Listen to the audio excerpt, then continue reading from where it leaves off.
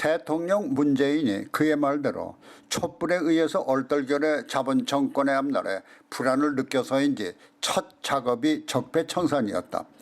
그가 초기에 적폐청산을 부르짖을 때만 해도 그 순수성에 높은 신뢰를 보였지만 어느 날 순수성보다는 견고한 정권 구축에 장애가 될 요소들을 사전에 제거하겠다는 의도가 드러나기 시작하면서 문재인 정권의 적폐청산 작업에 회의적인 시각이 늘어나기 시작했다. 그런데 그 회의적인 시각이 사실로 드러나고 있다.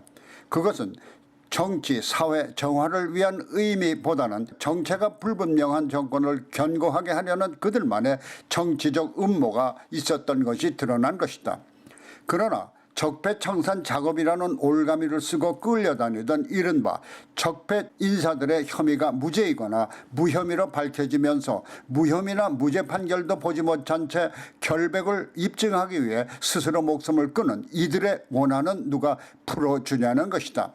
문재인 정권이 출범하면서 시작된 이와 같은 불순한 적폐청산 작업에 무죄를 증명하기 위해 목숨을 끊은 인사들이 무려 5명에 달한다면 이는 집단 간접 살인을 자행한 것이나 다름없다. 우선 자유한국당 조진래 전 의원이 전 정권의 적폐수사 올가미에 걸려 자살한 데 이어서 방산비리 척결이라는 명분의 수사를 받던 김모 임원, 그리고 국정원 소속 정모 변호사와 변창호 전 서울지검 검사에 이어 이재수 전 기무사령관 등 무려 5명이 전 정권의 적폐청산이라는 올가미에 걸려 스스로 목숨을 끊었다.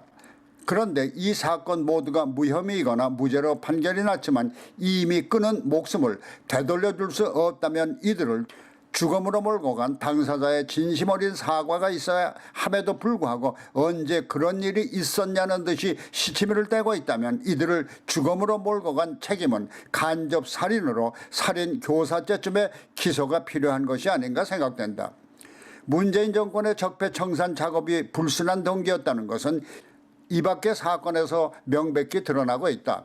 그들이 개국 공신으로 치부하는 촛불 집회에 탱크를 동원해서 진압하려 했다는 혐의를 내세워 대통령이 인도 출장 중에 부랴부랴 특명으로 수사를 지시했지만 무려 90여 곳의 군수사기관 압수수색과 240여 명의 군수사관들을 조사했지만 무혐의와 전원 무죄로 판결이 난 것은 군수사기관을 권력으로 장악하려는 불순한 의도가 있었음을 부인하기 어려운 것이다.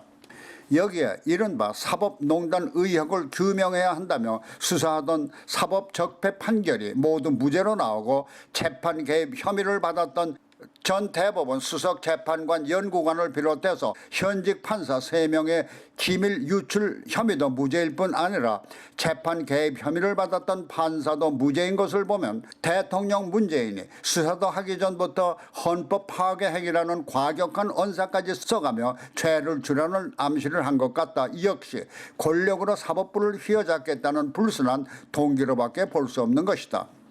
그러면 이처럼 적폐청산에 목을 메고 월권에 가까운 지시를 하던 대통령 문재인의 그 삼엄한 태도가 왜 그들 자신의 적폐에 대해서는 자신이 대국민 사과는커녕 가신들을 내세워 억지 변명이나 하고 진정한 적폐청산을 스스로가 주문한 검찰이 행하고 있는 진정한 적폐청산 작업을 하고 있는데도 오히려 이를 방해하기 위해 검찰을 때려잡겠다고 하는 것일까? 앞에서 설명한 것처럼 답은 나와 있다. 그것은 문재인 정권의 적폐청산 작업은 순수했던 것이 아니라 정치적 음모에 의해서 자행된 것이기 때문에 진정한 적폐청산 작업에 그들의 명이 끊어질 것을 두려워해서일 것이다.